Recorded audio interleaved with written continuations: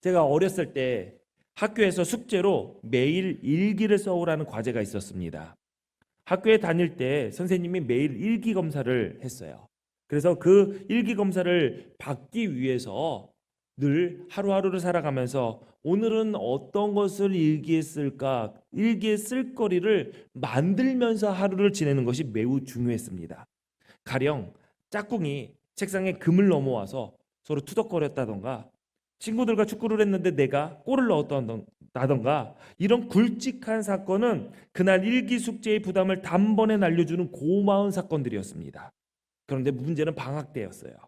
학교에 가지 않으니 굵직한 사건이 생길 기회가 줄어들고, 방학이라고 해서 매일 놀러 나가는 것도 아니니 하루하루가 비슷하게 반복되었습니다.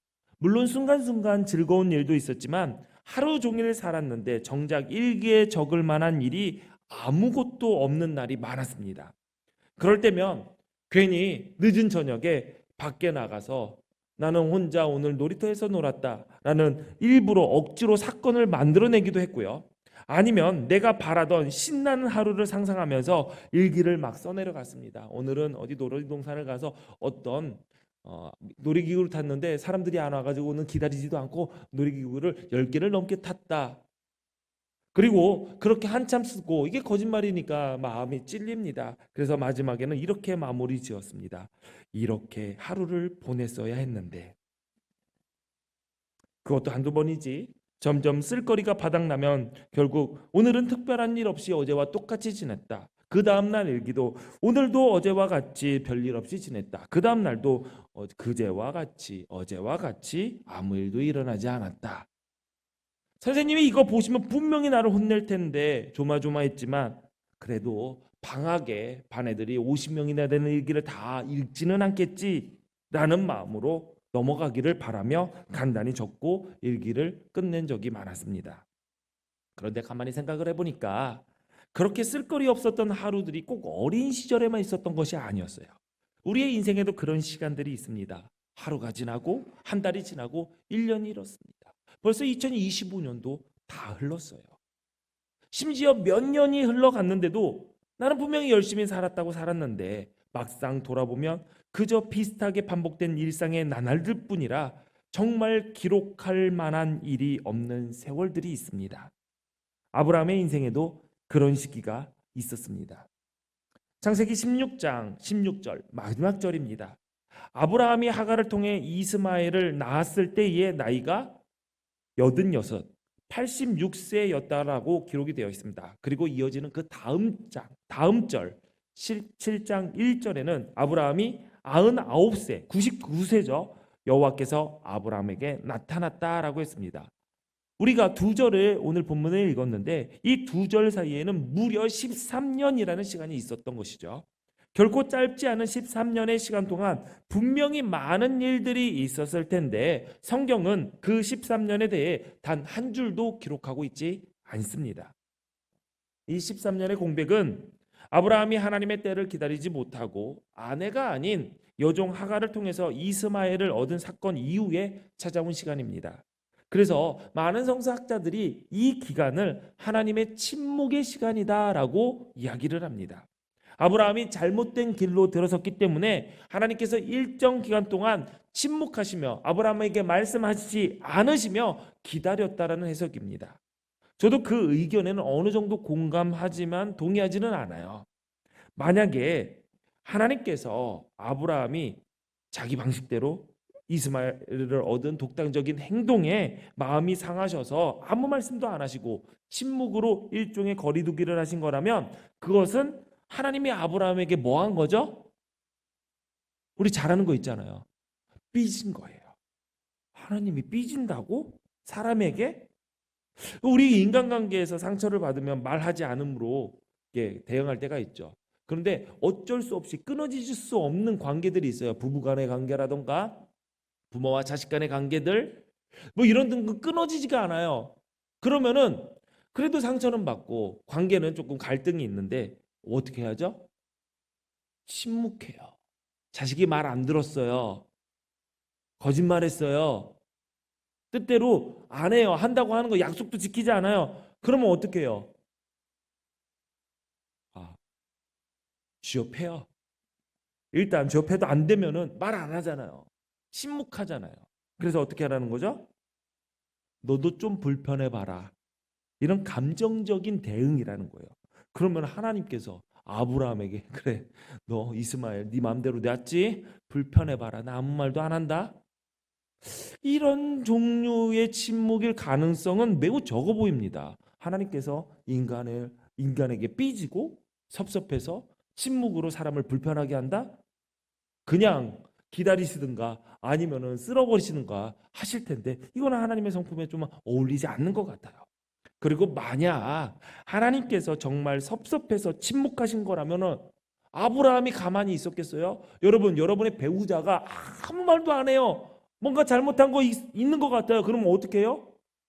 괜히 안 하던 설거지도 해보고 청소도 하면서 뭐 필요한 거 없어? 우리 오늘 맛있는 거 먹으러 갈까? 괜히 말 걸잖아요. 여러분 사이 너무 좋으시군요. 네. 자녀들도 그래요. 부모님이 엄마가 말을 안 하면 불편해가지고 엄마 학교에서 제가 뭐 이게 잘해서 칭찬받았어요. 없는 얘기 있는 얘기 다 만들어서 합니다. 그렇다면 아브라함도 하나님께서 침묵하고 계시다라고 느꼈다면은 아브라함은 과거처럼 하나님께 제사를 쌓고 질문하며 두려움과 불편함 속에서도 하나님 말씀해 주세요. 제가 듣겠습니다. 하나님의 음성을 다시 확인하려고 애썼을 거예요. 아브라함이라면. 그러나 13년 동안 아브라함이 하나님을 찾았다라는 기록 찾을 수가 없습니다. 그렇기 때문에 이것을 하나님의 침묵의 기간이라고 보기보다는 오히려 하나님께서 계속 아브라함에게 말씀하고 계셨어도 아브라함이 듣지 못했을 가능성이 훨씬 더 커 보입니다. 왜일까요? 그 이유는 아브라함이 하나님의 말씀을 듣고 있다고 착각했을 가능성이 크기 때문이죠. 그러니 자신의 입장에서 하나님의 침묵이 불편하지 않았을 것입니다. 게다가 기다리던 아들이 드디어 태어났어요. 그 아이가 잘 자라고 있어요. 사라와 하갈 사이의 갈등도 잘 마무리되어서 집안의 분위기도 안정되고 동시에 재산도 어찌됐든 차곡차곡 늘어났을 거예요. 그리고 결정적으로 이스마엘이 약속의 아들이겠지라는 자기 확신 속에 살았던 것입니다. 즉 자신의 삶이 하나님의 약속대로 하나님의 뜻대로 잘 돌아가는 것처럼 보였기 때문에 하나님의 말씀이 들리지 않아도 불편하지 않았던 것이었고요. 어쩌면 하나님께서 특별히 말씀하지 않아도 될 정도로 문제없이 모든 것이 잘 진행되고 있다라고 생각했을지도 모릅니다. 결국 하나님이 침묵하신 것이 문제가 아니라 아브라함이 하나님의 말씀 없이도 잘 살고 있다라고 느꼈던 것이 문제입니다. 이렇게 안정돼 보이는 삶의 구조, 하나님이 없는 성공의 경험들이 아브라함의 영적인 귀를 아예 막아버린 것이죠. 그 모든 것들이 잘 되어가는 모든 것들이 하나님의 음성을 듣지 못하게 하는 거대한 소음이었습니다. 그 소음 속에서 비록 하나님께서 말씀하고 계셨다 할지라도 아브라함은 들을 수 없었던 것이죠. 그렇게 13년의 세월이 흘러가 버린 것입니다. 아브라함이 한 줄도 쓸 거리가 없는 인생을 보냈던 이유는 하나님의 뜻 이루기를 사모하지 않아서가 아니었습니다. 사실 우리들 가운데 아브라함과 사라만큼 나의 삶에서 하나님의 뜻이 이루어지기를 하나님께서 약속하셨던 그 복이 나에게 임하기를 그토록 간절히 바라는 사람들이 얼마나 될까요? 솔직히 말하면 되면 좋고 안 돼도 서운하지만 어쩔 수 없지 이 정도로 생각하면서 살아갈 때가 더 많지 않습니까? 아브라함과 사라가 하나님의 뜻과 상관없이 나태하게 살거나 그저 자기 잘 먹고 잘 사는 일에만 몰두하며 나 하고 싶은 대로 내 고집대로 내 뜻 이루는 대로 그 세월을 살았던 것이 아니었습니다. 사라가 얼마나 힘들고 얼마나 절망스러웠으면 그리고 그 하나님의 약속이 얼마나 나에게 이루어지기를 간절히 바라였으면 남편에게 가서 나는 이미 가능성이 없습니다. 그러니 내 여종을 통해서 하나님께서 약속하신 그 자녀를 낳으십시오 라고 말했겠습니까? 여러분 여기 있는 아내분들에게 물어볼게요. 여기 신혼여행 갔다 오신 분도 한번 잘 생각해 보세요. 하나님의 약속을 이루기 위해 남편에게 나 대신 다른 여자와 아이를 가져라. 하실 수 있는 분 손 들어보세요. 그 정신 나간 분 계신데 한번 손 들어보세요. 할래요? 그냥 하나님 뜻 안 잃어버리고 말지. 아이 몰라요. 그러고 말지. 그거는 못할 것 같아요. 남편분들도 한번 생각해 보세요. 저기 새신랑, 응? 하나님의 뜻이 중요해요? 중요하죠? 할 거예요? 그건 아닌 것 같아요? 맞아요. 어떻게 그럴 수가 있어요? 네, 그러면은 진짜 제정신 아니에요. 우리는 아브라함이 하갈을 통해서 이스마엘을 얻은 일로 그들이 어떻게 하나님의 뜻을 기다리지 못하고 어떻게 자기 방식으로 할 수 있어? 이렇게 비난 못해요. 우리는 그 근처도 못 가봤으니까. 그럼에도 불구하고 13년이라는 시간이 한 줄도 적을 것이 없는 무의미한 세월로 평가되는 이유는 아브라함이 하나님께서 주신 그 약속, 너는 복이 될지라 하신 그 놀라운 말씀을 향해서 나아가지 못하고 현실에 주저앉아 있었기 때문입니다. 하나님의 뜻이 이루어진 것이 없고 성장이 없었던 그 시간, 그래서 한 줄 쓸거리도 없는 그 13년, 그 세월이 지나가 버린 것이죠. 아브라함에게 그 13년은 인간적으로 보면은 결코 불행한 시간은 아니었을 거예요. 아브라함은 이스마엘을 자라는 모습을 보면서 행복했을 것입니다. 올해 우리 교회에 태어난 아이들이 5명이에요. 지금 3명이 왔어요. 2명은 아직 너무 어려서 못 왔어요. 감사하죠. 배가 꺼지지 않는 교회가 누릴 수 있는 복입니다. 이 배를 누가 이어서 꺼트리지 않고 불러갈 것인가? 주의 은혜가 여러분의 가정에 가득하기를 바랍니다. 거기도 네. 3명이 왔어요. 올해 태어난 애들 3명이 왔어요. 얼마나 이쁜지 몰라요. 제가요 이쁘면은요 제 감정 컨트롤이 안 돼서 애를 막 괴롭혀요. 막 볼을 잡고 막 흔들고. 그래서 우리 교회에 애들 사람을 알아보는 만큼 애가 크면 저를 다 싫어해요. 네, 다 싫어해요. 목사님 온다 하고 도망가. 인사는 하는데 엄마가 막 인사를 시켜서 미는데 다 도망가요. 제가 너무 이뻐서 그러고요. 이상하게 저 애기 냄새가 그렇게 좋아요. 특히 목 뒤에서 나는 냄새, 애기 냄새. 왜요? 너무 좋지 않나요? 저는 애기들 다 하면서 목 뒤에 냄새로 이상한 사람으로 보지 마시고요. 그 냄새 곧 사라지기 전에 애들마다 냄새가 다 다르고 너무 그게 귀여워요. 아이들이 태어나서 교회에 올 만큼 커서 하나씩 엄마 품에 안겨 교회에 올 때마다 그 모습을 보면 너무 예뻐요. 이제야 할아버지 할머니들이 손주와 손주를 자식과 다르게 예뻐하는 이유를 알 것 같아요. 제가 아이 사회 키우면서 그렇게까지 예쁘긴 예쁜데 그렇게까지 이 마음으로 예뻤나? 예뻐했나? 그때는 왜 이렇게 예뻐하지 못했을까라는 생각도 종종 합니다.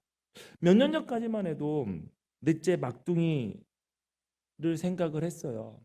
그래서 저희 아내에게도 많이 이야기를 했습니다. 그래도 우리가 입양 가정이니까 우리가 젊었을 때 그래도 한 명의 인생을 하나님 나라의 사람으로 키울 수 있지 않느냐. 근데 셋째 이후로는 저희 아내가 더 이상 안 된다는 거예요. 늘 얘기하는 게 뭐냐면 지금까지 셋도 나 혼자 키웠는데 당신 한 게 뭐 있어? 기저귀를 제대로 갈았어? 그게 막 계속 나오는 레파토리지만 계속 듣다 보니까 뭐 그것도 무뎌져서 그래 똑같은 거짓말 하는 거죠. 요번에는 진짜 잘할게. 이번에는 진짜 잘할게. 야, 우리가 승합차가 있잖아. 그런데 한 명이 모자라서 고속도로 전용 차선을 그 버스 전용 차선을 못 타. 사실 고속도로 타고 나갈 일에 천안 밖을 거의 안 나가는데 늘 얘기하는 게 그거였어요. 우리가 버스 전용 차선 타면은 불법이야. 그래도 합법적으로 살아보지 않으련 뭐 이렇게 얘기를 했는데 안 되더라고요. 그래서 마지막으로 밥을 먹을 때 아직까지 기억나요. 알았어. 대신 부정기독교회 고신일 감독님께 물어보고 허락하시면 우리 하자. 하나님의 응답인 줄 알았어요. 왜냐면 감독님 내 편 들 줄 알았거든요. 감독님, 제가 아이를 이제 막내를 입양하려고 하는데 감독님 허락하시면 제가 하겠습니다. 그렇게 하면은 감독님이 그래, 어려운 일이지만 그래도 하나님께서 기뻐하시는 일이니까 그래, 해라 할 줄 알았어요. 그래서 밥 먹다 말고 얼른 전화했어요. 감독님 저예요 하면서. 그랬더니 왜 이거는 결정해 주셔야 됩니다 하면서 상황을 얘기하고 저희 넷째 입양할까요? 그랬더니 하지 마. 그래서 지금 없는 거예요, 넷째가. 애 그만 키워. 교회 키워. 다 그러시더라고요. 그래서 끊고 나서 제가 그랬죠. 당신 감독님하고 통화했어? 뭐 아무튼 그 감독님이 그렇게 얘기한 이유가 뒤에 또 있다라는 거는 알고는 있지만요. 그래서 저희가 넷째가 없어요.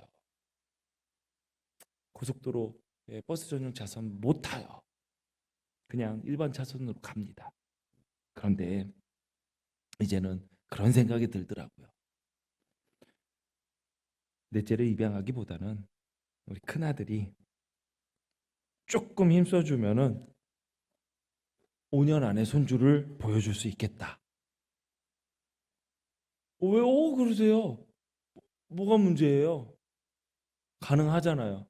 5년 안에 졸업도 할 거고 나이도 먹었을 테고. 예. 왜 이러세요? 저 기다리고 있어요. 그래서 참 재밌지 않아요? 아브라함이 86세의 아들이에요. 손자가 아니라 아들이에요. 얼마나 이뻤을까요? 얼마나 이뻤을까요? 이스마엘만 보면은 진짜 모든 힘든 게 다 사라지는 것 같고 너무 이뻤을 거예요. 얼마나 예뻤을까? 요즘 같았으면 매일 사진 찍어서 인스타에 올려가지고 가나안에 사는 다른 족장들에게 다 팔로우 시켜가지고 좋아요 눌러라, 좋아요 받아요 했겠지요. 엄청 행복했을 거예요. 사라 역시 이스마엘을 자신이 낳은 아이로 여기고 잘 양육하며 약속의 자녀로 키웠을 것입니다. 그러나 그것은 하나님의 뜻이 이루어진 것이 아니었기 때문에 성경에 단 한 줄도 기록할 수 없는 인생이 되었어요. 하나님의 관점에서 보면 그 행복했던 시절이 쓸거리 없는 무가치한 세월이었던 것입니다. 아무리 겉으로 보기에는 복받은 일 같을지라도 하나님께서 인정하시지 않는다면, 하나님의 뜻이 이루어지는 것이 아니라면, 하나님의 약속을 받기에 합당하게 내가 성장하고 성숙하고 있지 않다면 쓸거리 없는 가치 없는 시간으로밖에 평가되지 않는다는 거 우리는 분명히 깨달아야 됩니다. 여러분, 지금 어떤 시간 보내고 있습니까? 승진도 했고 월급도 오르고 집도 사고 결혼도 하고 투자한 모든 곳에서 수익을 거두고 일이 잘 풀립니다. 술술 풀려요. 시험을 잘 봐서 원하는 학교에 진학도 합니다. 겉으로는 인생이 순조로워 보입니다. 하지만 그 일이 아브라함의 경우처럼 하나님께서 인정하시는 시간이 되지 못하여 성경에 한 줄도 기록할 수 없는 무의미한 세월을 만들어버리는 사건이라면 우리는 과연 그것을 하나님께 받은 복이다, 나 복 받은 사람이다 라고 말할 수 있을까요? 지금 여러분의 삶에 내 인생에도 이런 좋은 일이 다 일어나네 싶을 만큼 잘 풀려나가는 일이 있습니까? 그 정도는 아니지만 특별히 크게 신경 쓸 일 없고 이런저런 일들 무난하게 잘 진행되고 있습니까? 그렇다면 먼저 감사하세요. 그리고 한 가지 점검해 볼 것이 있습니다. 그 일로 인해 내가 하나님과의 관계가 더 깊어지고 있는가? 이 일로 인해 내가 하나님의 뜻과 하나님께서 나에게 해주신 그 약속과 사명을 향해 전진해 나가고 있는가? 내가 그리스도에 인해 이름에 걸맞게 합당하게 하나님 마음에 드는 사람으로 성장하고 있는가? 만약에 그 일이 하나님의 음성을 듣지 못하게 하는 소음과 같은 것이라면, 겉으로는 복처럼 보이지만 사실은 변장하고 찾아온 저주일 수가 있습니다. 반대로 너무 힘들고 인생의 바닥을 걷는 것 같고 숨조차 쉴 수 없을 만큼 답답한 상황이라 할지라도 요셉과 같이 억울한 누명을 쓰고 감옥에 갇히고 절망이 그의 삶을 덮었지만 성경은 그 시기를 이렇게 말합니다. 여호와께서 요셉과 함께 하시니 그가 형통한지라. 좋아 보이는 일이 하나님의 음성을 듣지 못하게 귀를 막고 있다면 그것은 저주입니다. 그러나 절망의 자리에서도 내가 하나님의 말씀을 듣고 내 귀에 주의 음성이 들린다면 그것은 형통의 길을 걸어가고 있는 게 맞습니다. 13년의 세월을 무의미하게 살아갔던 아브라함이지만 하나님께서 아브라함을 만나 주셨습니다. 우리 본문 1절 말씀 다시 읽겠습니다. 시작. 아브람이 99세 때에 여호와께서 아브람에게 나타나서 그에게 이르시되 나는 전능한 하나님이라 너는 내 앞에서 행하여 완전하라. 아멘. 무의미하고 가치 없는 시간, 허무하고 공허한 세월이 끝나는 그 사건은 다른 것이 아니었어요. 하나님의 임재였습니다. 혹시 여러분의 인생이 허무하게 느껴지십니까? 이게 사는 게 맞나 싶은 답답함 속에서 심체된 시간을 보내고 계십니까? 그 마음을 다시 일으키고 그 허무함을 끝낼 수 있는 유일한 길은 하나님의 임재를 깊이 사모하는 것입니다. 그러므로 우리가 붙들어야 할 것은 하나님의 임재입니다. 하나님께서 아브라함에게 처음 하신 말씀이 바로 나는 전능한 하나님이다. 엘샤다이, 나는 전능한 하나님이다 라고 선포하셨어요. 아브라함이 지나온 세월, 허무함과 자책이 뒤섞여 아무 의미도 남기지 못한 세월, 그 잃어버린 것 같은 시간의 근본적인 원인이 어디에 있습니까? 그 출발점은 아브라함의 마음속에 엘샤다이, 나의 하나님은 전능한 하나님이시다라는 그 믿음이 사라졌기 때문이에요. 전능하신 하나님을 믿지 못하니까 눈앞에 보이는 인간적인 조건만 붙들게 됩니다. 하나님, 이제 너무 늦었어요. 우리에게 남은 길은 여종을 통해서 자식을 얻는 것밖에 없습니다. 하나님, 다른 방법은 불가능해요. 더는 가능하지 않아요. 아브라함의 시선은 문제의 크기에 고정이 되어 있었고 하나님의 능력보다는 인간의 계산에 마음이 빼앗겼던 것이죠. 결국 안 되는 것만 집중하는 삶에 끌려간 것입니다. 하나님께서 약속하셨음에도 전능하신 하나님을 믿지 못할 때 우리들은 필연적으로 방황하게 됩니다. 그래서 하나님께서는 아브라함의 마음을 바로 세우기 위해 가장 먼저 엘샤다이, 나는 전능한 하나님이다. 내가 잃어버린 시간, 내가 불가능하다고 선언한 환경, 너의 실수와 실패마저도 담아낼 수 있는 나는 전능한 하나님이다. 하나님은 아브라함에게 이러한 일을 극복하기 위해서, 이러한 무미건조한 삶을 가치 있게 만들기 위해서 무엇을 해라 라고 명령하기에 앞서서 내가 어떤 하나님인지, 어떤 존재인지를 먼저 일러주셨습니다. 왜냐하면 한 줄 쓸 거리 없는 허무한 인생에서 회복되는 시작점은 무언가 할 일을 찾는 것이 아니라 나의 하나님이 누구신지를 다시 보는 데 있기 때문입니다. 지금도 하나님은 우리에게 동일하게 말씀하십니다. 나는 엘샤다이, 전능한 하나님이다. 내가 불가능하다고 붙잡고 있는 문제 위에 서 있는 하나님이다. 내가 잃어버렸다고 생각한 시간마저 다시 회복할 수 있는 나는 엘샤다이, 전능한 하나님이다. 영적 침체에서 벗어나는 첫걸음은 하나님의 전능하심을 다시 믿는 것입니다. 전능하신 하나님을 선포한 하나님께서 곧바로 아브라함에게 두 번째 명령을 주십니다. 너는 내 앞에서 행하여 완전하라. 여기에서 완전하라 라는 이 말은 흠없이 살아라, 실수하지 말아라, 완벽해라 라는 뜻이 아닙니다. 성경에서 말하는 완전이라는 단어의 본뜻은 하나님과의 관계를 온전히 붙들라는 것이에요. 하나님과의 바른 관계를 맺으라는 거예요. 곧 하나님 편에 서서 하나님을 중심에 놓고 그 인생의 길을 걸으라는 의미입니다. 아브라함이 13년 동안 허무한 시간을 보내게 된 이유는 그가 하나님을 떠나서 다른 길을 걸어갔기 때문입니다. 하나님은 이제 아브라함에게 방향을 다시 잡아주십니다. 내 앞에서 걸어라.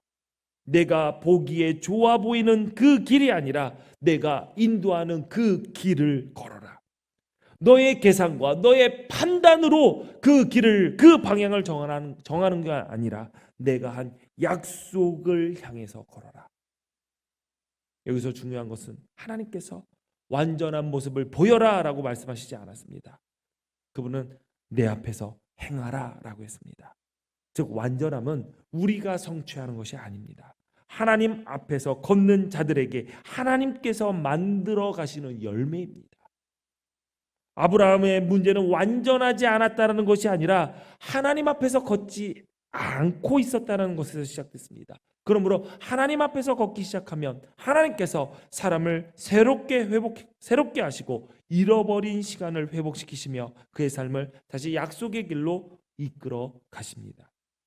한 줄 쓸거리 없는 허무한 인생에서 벗어나려면 삶의 걸음을 하나님 앞에 두어야 됩니다. 하나님 앞에 사는 삶은 내 욕망, 내 판단, 내 감정, 내 뜻, 내 계산, 내 고집이 중심이 되는 삶이 아니라 하나님의 뜻과 약속이 중심이 되는 삶입니다. 그 길이 때로는 느려 보일 수 있고요. 눈앞의 상황은 여전히 불투명할 수 있지만 그 길은 반드시 하나님 나라의 열매로 이어집니다. 나는 전능한 하나님이다. 너는 내 앞에서 걸어라. 그러면 내가 너의 삶을 완전하게 이끌겠다. 내가 너의 인생의 중단된 페이지를 다시 이어서 쓰게끔 만들겠다. 하나님은 이렇게 회복을 선언하셨습니다. 우리의 인생 돌아보면 얼마나 많은 시간이 사실 의미 없이 흘러가고 있는지 모릅니다. 여러분, 100년 인생이라고 하죠. 사람이 100년을 산다고 한번 가정해 봅시다. 여러분 100년 사실 거잖아요. 건강하게. 네? 건강하게 100년 사실 거잖아요. 싫어요? 예, 100년 산다고 칩시다. 그러면은 그 중에서 자는 시간은 33년 4개월이랍니다. 33년 동안 자는 거예요. 여기서 더 재밌는 건 뭐냐면 잠들려고 씨름하는 시간이 있잖아요. 이렇게 잠이 안 와. 피곤한데 잠 너무 안 오네. 잠 안 오나. 이게 1년 5개월 동안 이런대요. 1년 5개월 동안. 오늘 아침에 일어나실 때 뻘떡 일어나셨나요? 오늘 주일이다. 예배하는 날이다. 할렐루야 하면서 일어나셨나요? 아니잖아요. 1년 1개월. 1년 1개월. 먹는데 6년 3개월이고요.